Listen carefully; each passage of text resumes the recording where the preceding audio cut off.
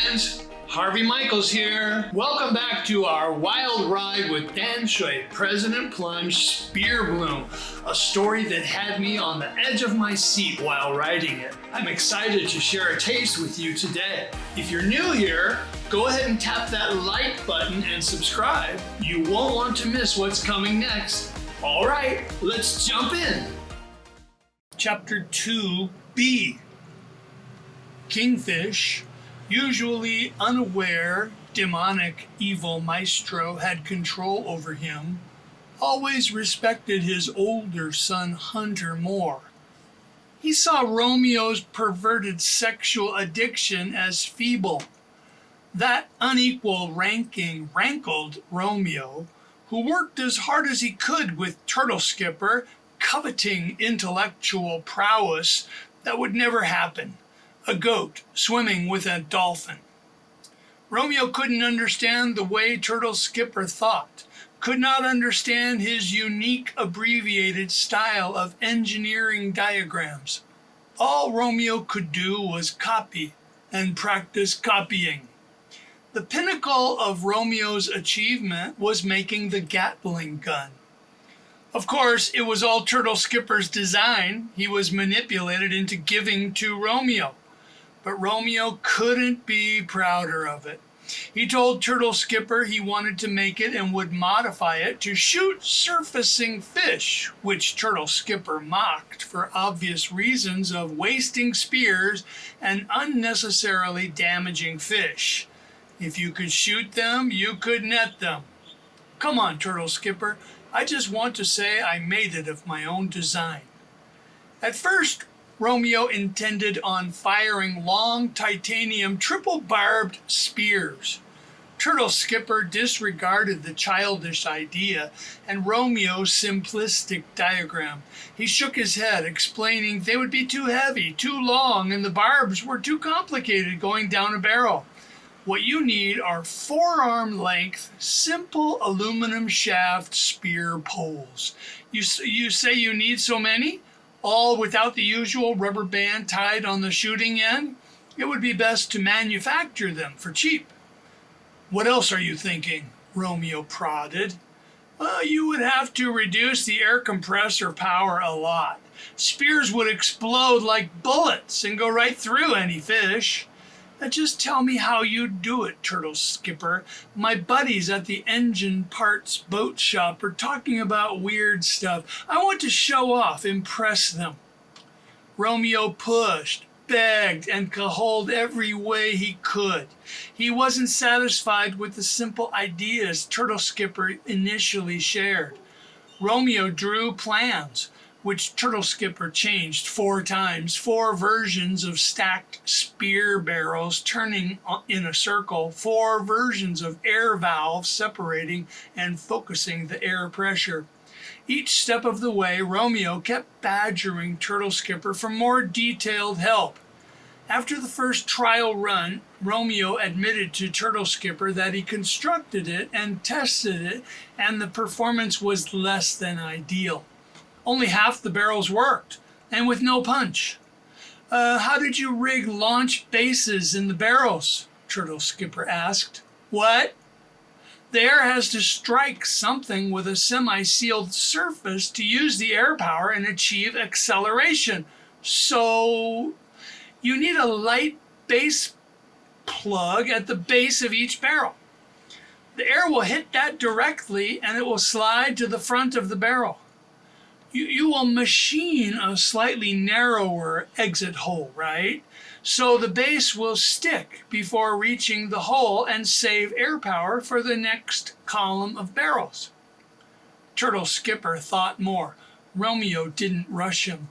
Small plastic discs will work, but they need enough thickness to not turn in the barrel while small enough so they can proceed down the barrel behind the spear.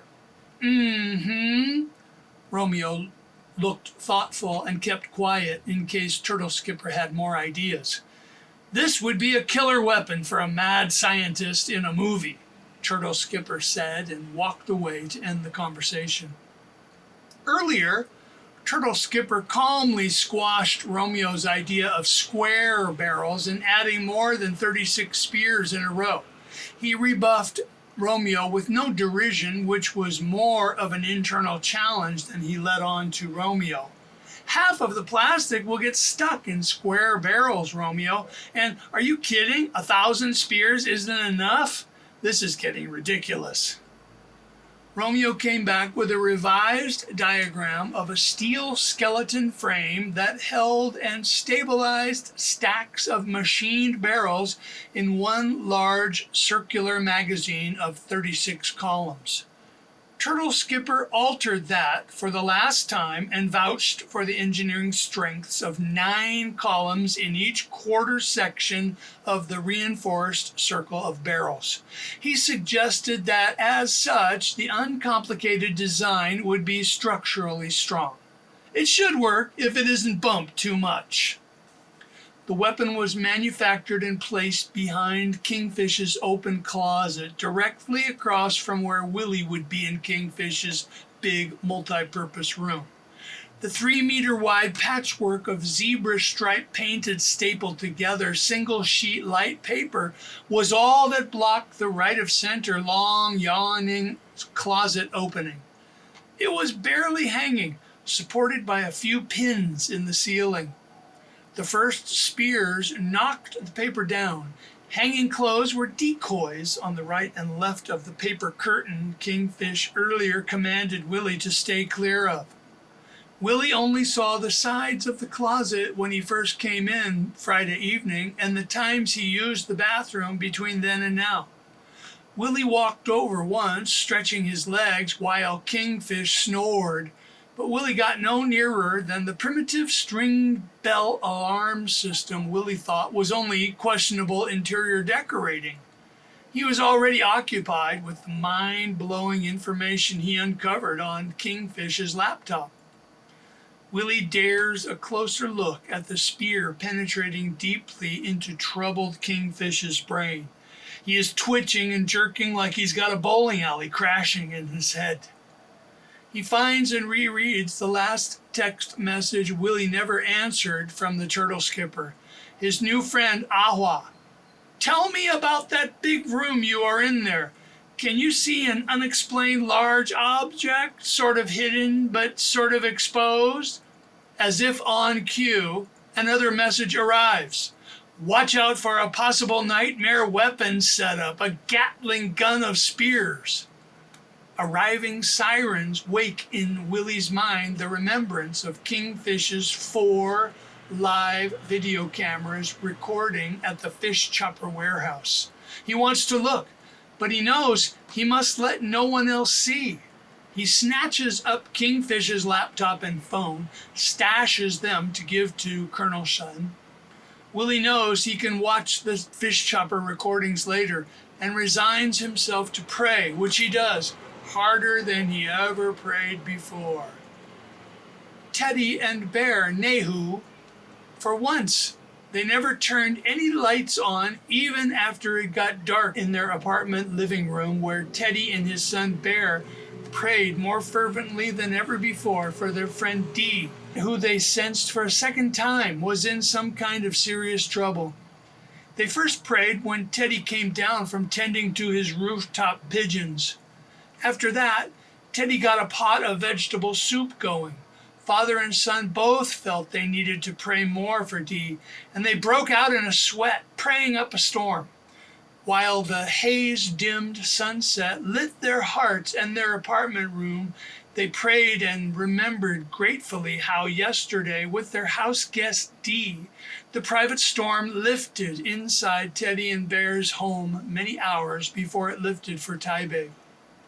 Their prayer burden eased halfway through the Taiwan Star Talent Search show, not long before Jimmy took the stage. "I'm starving!" His voice growled with hunger, fitting for the nickname Bear. "Time for pizza!" Teddy pounded the sofa cushion in a drum roll, their pizza delivery tradition. Teddy reached to switch on the living room lights and Bear grabbed the phone to order dinner. 20 minutes later, the pizza sat unopened as Jimmy and his sisters were astounding the audience, the judges, and the 2 viewers in that apartment. Earlier, father and son wept, praying for Dee. After that, they weren't bashful about wiping their eyes watching the incredible and inspiring performance they saw on TV. It was hard for them to believe Jimmy sang the same 23rd Psalm song Dee taught them the night before. The violin and cello were amazing, Teddy gushed. The photos and videos of their family blew me away, Bear added.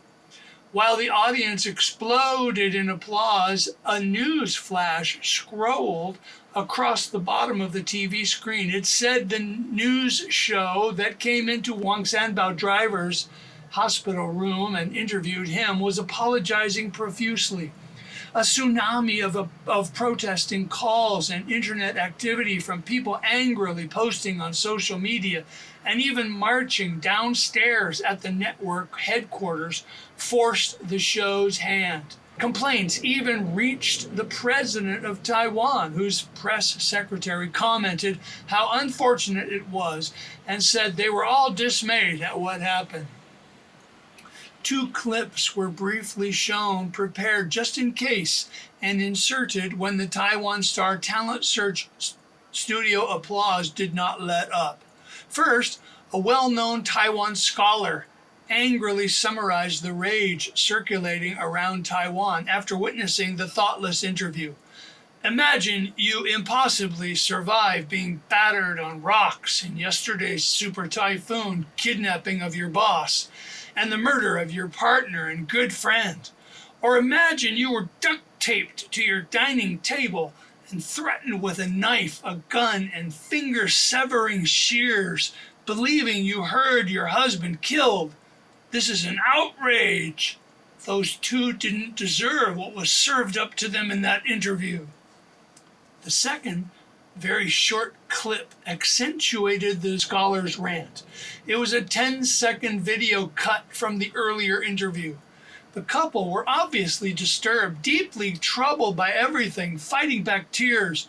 The wife of the driver was extremely distressed and doing her best to comfort her even worse suffering husband, who was coughing, gasping, and twisting to avoid his traumatized, panicked, and heartbroken emotions. She stroked his forehead, which looked to be the only place not swollen, discolored by bruising or bandaged up. As she smoothed his forehead skin, the microphone clearly picked up her cooing and consoling, lovingly comforting him. "Teddy, oh my Teddy." She said it again. "Teddy, oh my Teddy." I thought his English name was Theo. Bear's father, Teddy's voice cracked. "Theo, Theodore, Teddy, they're all the same, Dad," Bear gently said, and then, "I told you about this earlier." "Wait a second, Bear, I just want to check something." Teddy cleared his throat and stood with the remote to check a news channel. Sure enough, the exact clip was playing there. "Teddy, oh my Teddy," twice again. "Teddy, oh my Teddy." Teddy switched the channel back to the Taiwan Star talent search show, where Jimmy was motioning the audience for silence. Teddy saw that Jimmy's mother had joined her son and her sisters on stage behind the electronic drum set. To Teddy, Jimmy's mother looked through the camera, directly at Teddy, directly into Teddy's eyes. It was like she could see through his eyes, and something spoke telepathically. She drummed to a song that might have been picked just for Teddy. She heard "Teddy, oh my Teddy," but it was not the just widowed mother there on TV. It was not the driver's wife, not Teddy's divorced ex-wife either. It was God himself comforting Teddy, and he heard it again. "Teddy, oh my Teddy." The second song choice was REM's ballad, "Everybody Hurts."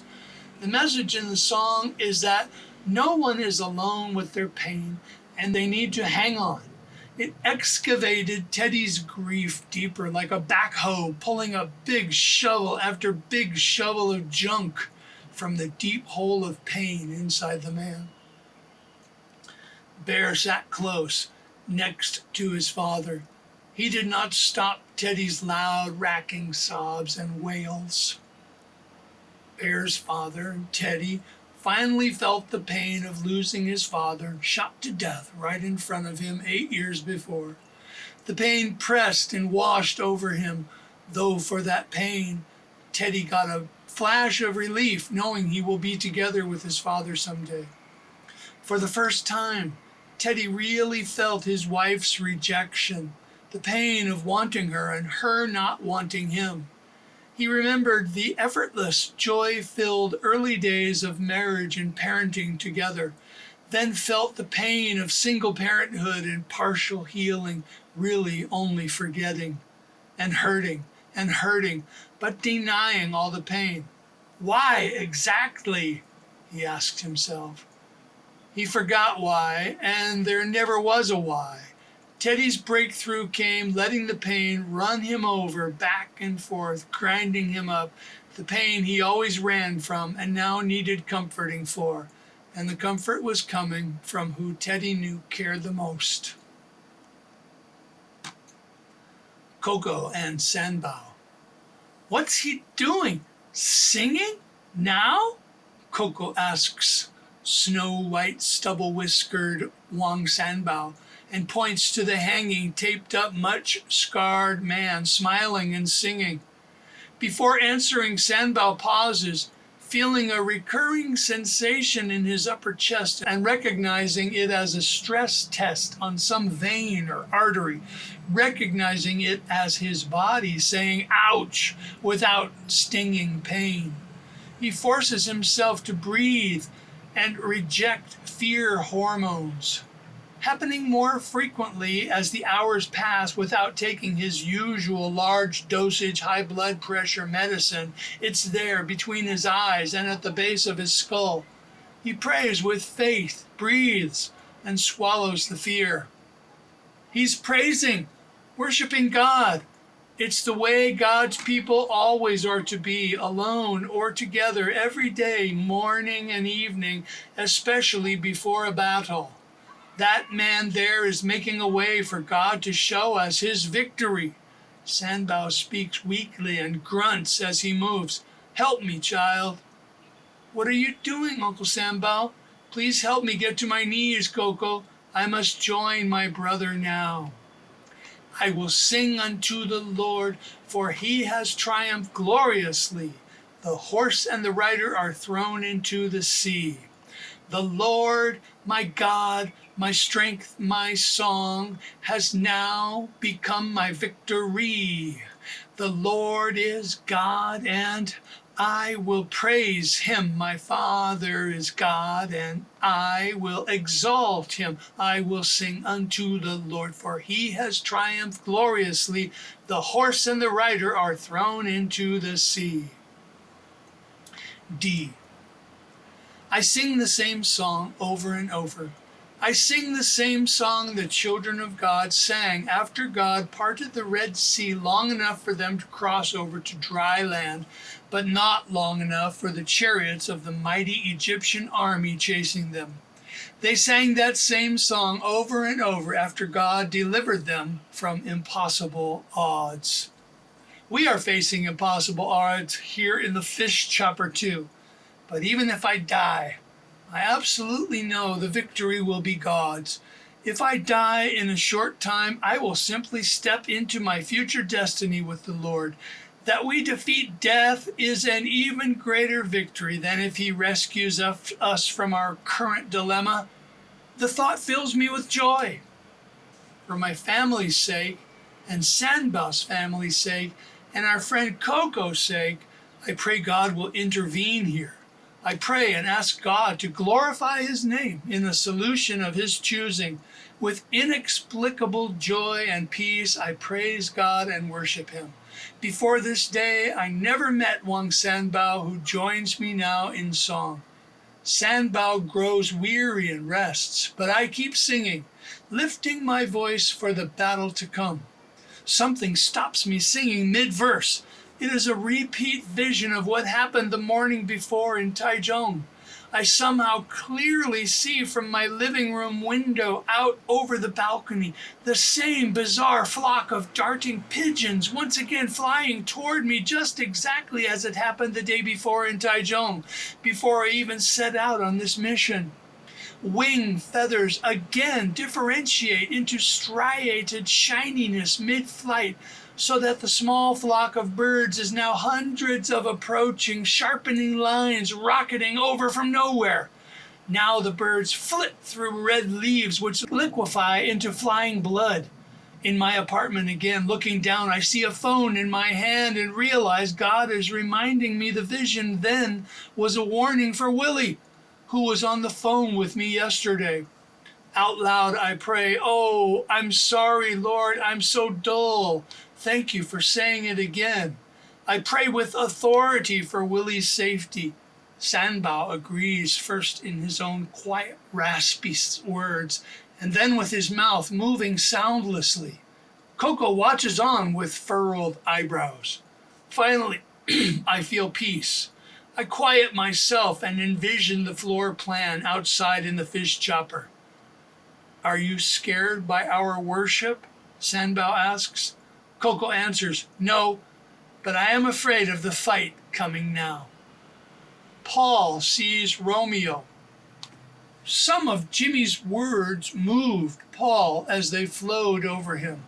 "Yea, though I walk through the valley of the shadow of death, I will fear no evil, for thou art with me."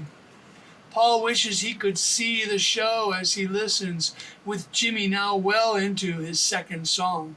From nowhere, his wife's words are there rising in him. "You must stop where you are, Paul. Just stop there." He grabs the oversized Humvee steering wheel and lets it go again and again, flexing and releasing, but makes no move to reach for the keys. In his left peripheral vision, he detects movement. He turns and sees Romeo huffing up the driveway in through the broken doors. Paul feels on alert, noticing Romeo's face pinched into a point, a man with a mission. Curiosity piqued, Paul also notices the four-door black pickup truck parked up from the driveway outside the fish chopper.